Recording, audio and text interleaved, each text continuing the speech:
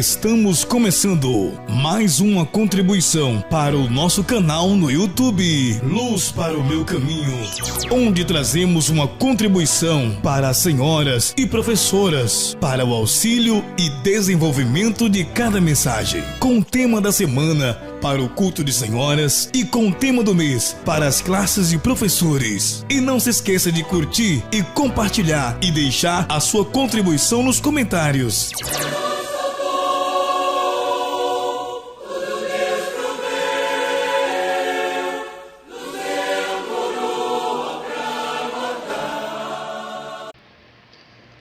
Nós saudamos a todos com a paz do Senhor Jesus. Nós estamos iniciando mais uma contribuição para o trabalho de senhoras que nós realizamos todas as terças-feiras e publicamos exatamente a partir das 13 até as 16 horas. É o horário em que nós estamos postando esse trabalho. Nós queremos nesse instante convidar a todas as irmãs e irmãos, aqueles que são inscritos aí no nosso canal, que nos acompanha, que ora pelo nosso trabalho, que respeita o posicionamento nosso. Eu quero dizer para esses irmãos que estamos realizando uma grande obra, uma obra ao qual nós não podemos parar, perder tempo em estarmos aqui se levantando contra ninguém. Nós somos mensageiros de paz. Deus, ele confiou dentro de cada denominação um remanescente fiel. Aqueles que estão dispostos a lançar mão do arado, de ir além com o Senhor e viver uma experiência além do que quatro paredes, uma experiência fora de denominação, é uma experiência porque a salvação nós sabemos que é algo extraordinário. Ela começa aqui e ela finaliza com uma festa eterna no céu. Então nós sabemos, amados irmãos, que é muito fácil sermos salvos em uma grande reunião, em um culto, mas o mais difícil é sermos salvos dentro da nossa casa, porque segundo as Escrituras é de onde se levantam os nossos maiores inimigos, é nos nossos locais de trabalho, porque segundo as Escrituras é onde nós mais sofremos aflições, investidas, perseguições. Quando nós estamos reunidos em um só pensamento, em um só entendimento e em um só objetivo. Glorificar o Senhor com o objetivo dele vir nos visitar e aliviar a nossa alma do labor do dia. Mas quando nós estamos no nosso lar, não. Nós temos como inimigo ali as redes sociais, nós temos como os nossos inimigos os campos, as juntas de boi, nós temos o casamento. Então tudo isso hoje influencia para que nós venhamos negar o Senhor. Então agora nós vamos dar início a esse discorrer dessa mensagem para a atividade desta semana. A atividade para o culto da Senhora está na parábola que se dirige ao momento profético. Qual foi o aviso que o Senhor deu aqui no livro de Mateus, no capítulo 25, versículo 6? Foi tratado na última escola bíblica dominical. A parábola se dirige a qual momento profético? Qual foi o aviso? Qual foi a orientação dada? A resposta do momento profético é a meia-noite. O aviso é aí vem o esposo. E as orientações que foram dadas, sai-lhe ao encontro. Nós podemos ver que as respostas que foram abordadas aqui, nós vamos discorrer um pouquinho delas, né? Nesta contribuição. Lembrando às irmãs que a contribuição é para que as irmãs possam aprender, porque fica mais fácil para que nós venhamos transmitir para a igreja. O Senhor Jesus contou aos seus discípulos sobre a parábola das 10 virgens. Através dessa história, amados, tão conhecida naquela época, a festa de casamento, Jesus alertou os seus discípulos e a nós também, como seria o momento profético que antecederia a sua volta. O dia e a hora não sabemos, mas ele diz que haveria sinais no céu, na terra e no mar. Então ele nos mostrou qual seria o aviso. Qual é o aviso do arrebatamento da igreja? O aviso é o clamor do Espírito Santo nessa última hora. A Bíblia diz que Moisés, lá no momento que ele sai, que ele monta acampamento com um povo que saiu do Egito, o povo ali começou a murmurar e aí começaram a clamar ao Senhor. E o Senhor visita ele, né? Visita ele e dá um aviso. Por que clamas a mim? A hora agora não é de clamar. A hora profética da meia-noite é de nós caminharmos. Porque aí vem o esposo. O esposo não vai vir até onde nós estamos aqui acampados. Não. Nós precisamos levantar acampamentos, irmãos. Precisamos. A palavra de levantar acampamento para Israel era um comando de desmontar tudo ali e continuar caminhando. Diga ao povo que marche. Este clamor era uma ordem de levantar acampamento. Desenrolar, dobrar as lonas, tirar as estacas. Porque ali onde eles estavam, tinha as montanhas de um lado, tinha um povo estranho que tinha o hábito canibal de comer as pessoas ali. Então assim, se ficasse ali, Faraó já estava se aproximando. Então, nós não podemos parar agora. A Bíblia diz que o nosso descanso não é aqui. Nós somos forasteiros aqui. Somos peregrinos aqui. Então diga ao povo que marche. Enquanto muitos estão aí pelos cantos murmurando, reclamando, clamando sem necessidade, sendo que a própria palavra, ela orienta o seguinte: é necessário que nós caminhamos hoje, amanhã e no dia seguinte. Enquanto eles estavam aqui murmurando, porque esse clamor aqui, irmãos, esse clamor aqui é um clamor do Espírito, não é o clamor do homem, não é o que eu acho, o que eu penso, que vai mover a eternidade. O que vai mover a eternidade é o ouvir o clamor do Espírito e começar a marchar. Já falamos aqui sobre isso, que a marcha, ela é aqueles passos cadenciados, aonde um pé bate forte na terra e o outro acompanha. E com isso, a terra ela vai sentir que a igreja ela está passando por aqui. Que fique bem claro para os irmãos que nós não estamos falando de denominação. Nós estamos falando de uma igreja fiel, de uma igreja prudente que entendeu que a salvação está além de 4 paredes. Porque muito fácil é cultuarmos ali de 7h30 a 8 horas. O mais difícil é acordarmos 3 horas da manhã, é sair aos domingos para visitar as famílias, para visitar os enfermos nos hospitais, é fazer um jejum voluntário por aquela ovelha que está passando por um momento de angústia, é assistir bem os filhos, é assistir bem a esposa, o esposo. Isso é uma salvação além de 4 paredes, além de orgulho denominacional. Os irmãos que me acompanham sabem que eu não tenho orgulho denominacional e nem muito menos consideração a título. Eu simplesmente ajo de acordo com o que me foi confiado. O meu título é de diácono, o meu título é de obreiro, o meu título é de pastor. Eu tenho que responder à altura do título que eu tenho. Por quê? Porque a Bíblia diz que aquele que muito é dado, no muito será cobrado. Então, precisamos levantar acampamento. O aviso é: aí vem o esposo. Saia ao encontro, porque o esposo não vai vir até onde eu estou acampado. Eu preciso ir de encontro a ele. Nesta última hora, qual seria a orientação para os servos fiéis neste momento? Jesus falou que o reino do céu é semelhante a 10 virgens. Ele não diz que seria, não, ele diz que é semelhante a 10 virgens, sendo que 5 era prudente e 5 imprudente. Ele estava nos mostrando aqui o caráter universal da salvação. Muitos são chamados, mas poucos os escolhidos. Então aqui, na figura dos convidados, nós vemos o papel da igreja.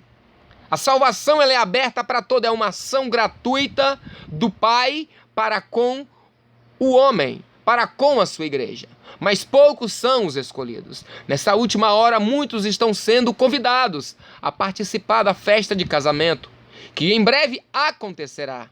Segundo as Escrituras, tudo já está pronto, irmãos. Tudo já está preparado. O cordeiro, o bezerro cevado, o vinho, o pão, a comida que alimenta a alma, aquilo que sustenta o cristão, segundo a palavra, já está tudo preparado. Essa festa é uma união de Cristo com a sua igreja, mas muitos não estão dando o devido valor para este convite. O momento profético que vivemos à meia-noite, hora de densas trevas, onde o pecado domina mentes e corações, o mundo jaz do maligno. Mas nós somos de Deus, nós pertencemos a Deus. Aleluia seja dada o nome do Senhor. Sabemos que somos de Deus e que todo mundo está, no maligno. É por isso que o papel da igreja é marchar. É por isso que o papel da igreja é caminhar hoje, amanhã e no dia seguinte. A Bíblia diz que os sinais seguiriam os fiéis da terra. Então aqui nós entendemos, no momento, em uma das etapas do casamento judaico, tem o momento do desfile de luz, aonde o noivo vem visitar a cidade, a noiva se reúne com ele ali, passa aquele período ali desfilando no meio da cidade, para que todos aqueles que andam em trevas vejam a luz, para que todos que andam em trevas desejam esse momento. Se a gente pegar na história da igreja primitiva, a gente pode observar exatamente isso, que enquanto o chicote fazia, enquanto os leões nas arenas devoravam, aquilo ali seria um momento em que a igreja passeava com o seu noivo, mostrando a ele fidelidade, que a igreja era fiel ali na arena. Ela não negava o seu noivo. Ela não tinha vergonha de dizer que aquele ali era o seu prometido, que é a ele que nós devemos a nossa fidelidade, que é a ele que nós devemos os nossos votos. E para ele nós estamos consagrando os nossos membros do corpo, a nossa boca, a nossa língua, o nosso coração, a nossa mente. A ele seja dada toda a honra e louvor. Enquanto isso acontecia, segundo a história, eles iam se convertendo na arquibancada. Então este momento que nós estamos vivendo de densas trevas é o momento em que o noivo passeia junto com a sua noiva em um desfile de luz. Luz para que nós possamos enxergar o caminho. A Bíblia diz que lâmpada para os meus pés é a tua palavra e luz para o meu caminho. Então, Jesus disse que ele é o caminho e nós precisamos andar nele. Então, como ele sabia que o período do arrebatamento seria no período da meia-noite em densas trevas, é o período que mostra, que aponta o nascer de um novo dia, né? O que acontece? Acontece o seguinte: as trevas tomam conta dos quatro cantos da terra. Seria de densas trevas, assim como houve a praga no Egito. Então qual foi a providência do Senhor? Uma coluna de nuvem no período do dia e uma coluna de fogo no período da noite. Qual era o objetivo? Para que o povo caminhasse dia e noite. Somos peregrino aqui. Estamos aqui de passagem. O período do dia já passou, Jesus veio como o sol da justiça. E ele ali se pôs como um escudo forte para os seus, uma nuvem que o protegia do calor do dia, do sol causticante. Jesus é esta proteção para aqueles que caminhou nesta época. A igreja gentílica, ela só prevaleceu por causa desta fé, o firme fundamento das coisas que não se via, mas que foi prometido por Jesus Cristo. Então a gente vê exatamente isso. Então a gente vai vendo que nesse momento agora, lá no Gênesis também fala sobre isso, que os dois seres grandes que foram feitos, um para governar o dia e o outro para governar a noite, o sol e a lua. A lua, ela só tem luz enquanto a terra ela não entra no meio entre o Sol e a Lua. Então, no momento em que a Terra ela entra no meio aqui, ela interfere que a igreja receba os raios de sol e perca o seu brilho. Então, o que acontece quando a igreja ela perde a luz? Quando ela perde o brilho, ela para de caminhar. Naquele instante ali, de Moisés ali, e o povo de Israel no Egito, eles tinham perdido a luz. Eles tinham parado de caminhar. Eles perderam o verdadeiro objetivo que era a terra prometida. E pararam. No momento que nós paramos, irmãos, de caminhar, no momento que nós deixamos de orar, aqui porque o orar, a coluna de fumaça aqui, fala da oração dos santos. O que nos mantém e que nos dá ânimo e que nos dá combustível para caminhar à noite é a oração da igreja. É o entender do profético, que nós não podemos parar em momento algum, mesmo que não haja fruto na videira, mesmo que não haja flores no jardim, até mesmo que a figueira minta. Nós continuaremos, irmãos, realizando esta grande obra, não importa, não importa.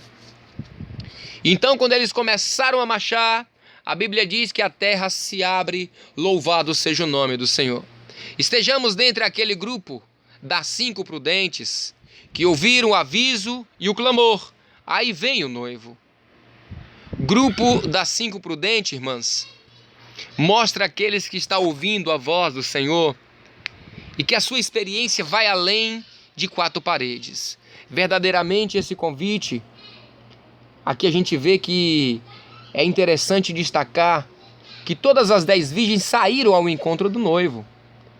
A diferença está na forma como cada grupo sai. Muitos nesta hora, irmãos, são crentes nominais. Tem rótulo de crente, pertenço à igreja tal, eu sou membro da igreja tal, sou dizimista, eu frequento a escola bíblica dominical, eu tenho minha Bíblia, eu vou aos cultos, mas não tenho o azeite de reserva. Não permite que o Espírito Santo transforme a sua vida para viver segundo a vontade de Deus.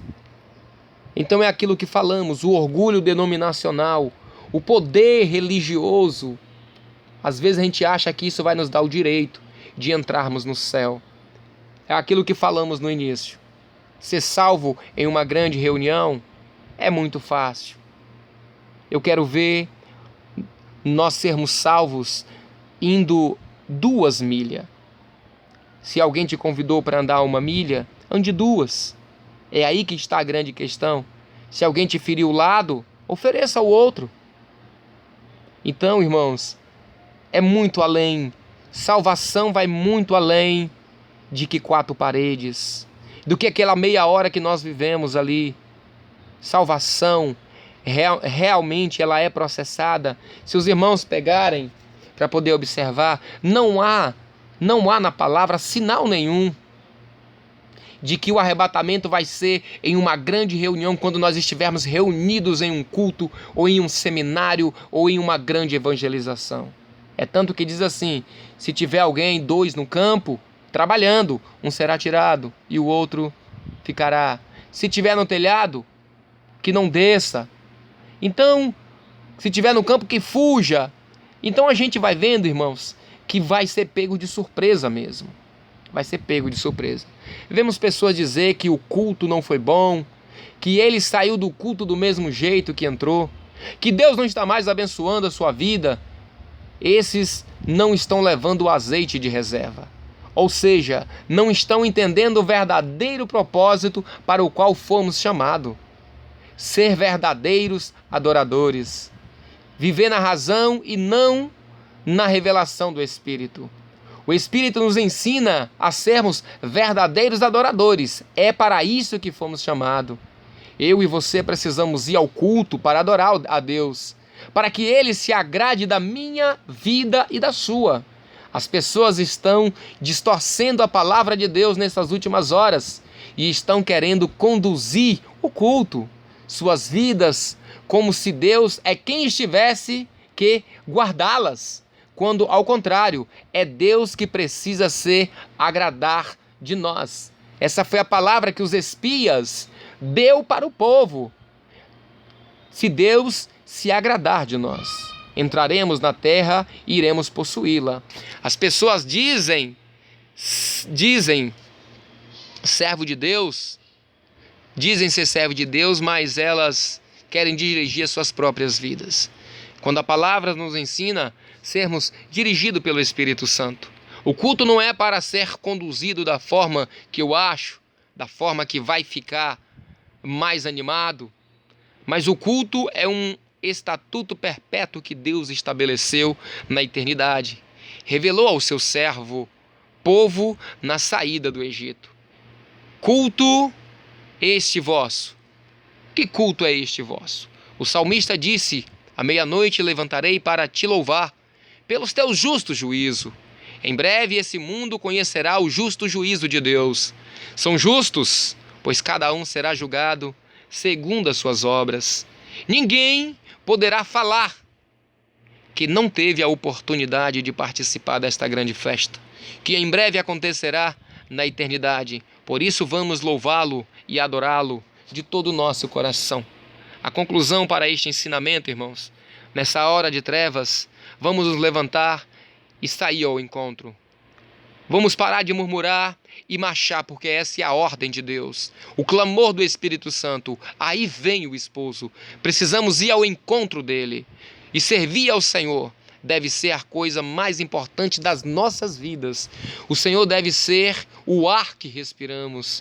Deve ser a rocha em que firmamos os nossos passos. O momento do culto deve ser a nossa maior alegria, pois nesta hora estamos diante do Senhor dos exércitos, do Senhor dos senhores, do único Deus que merece toda a nossa adoração. Louvado seja o nome do Senhor.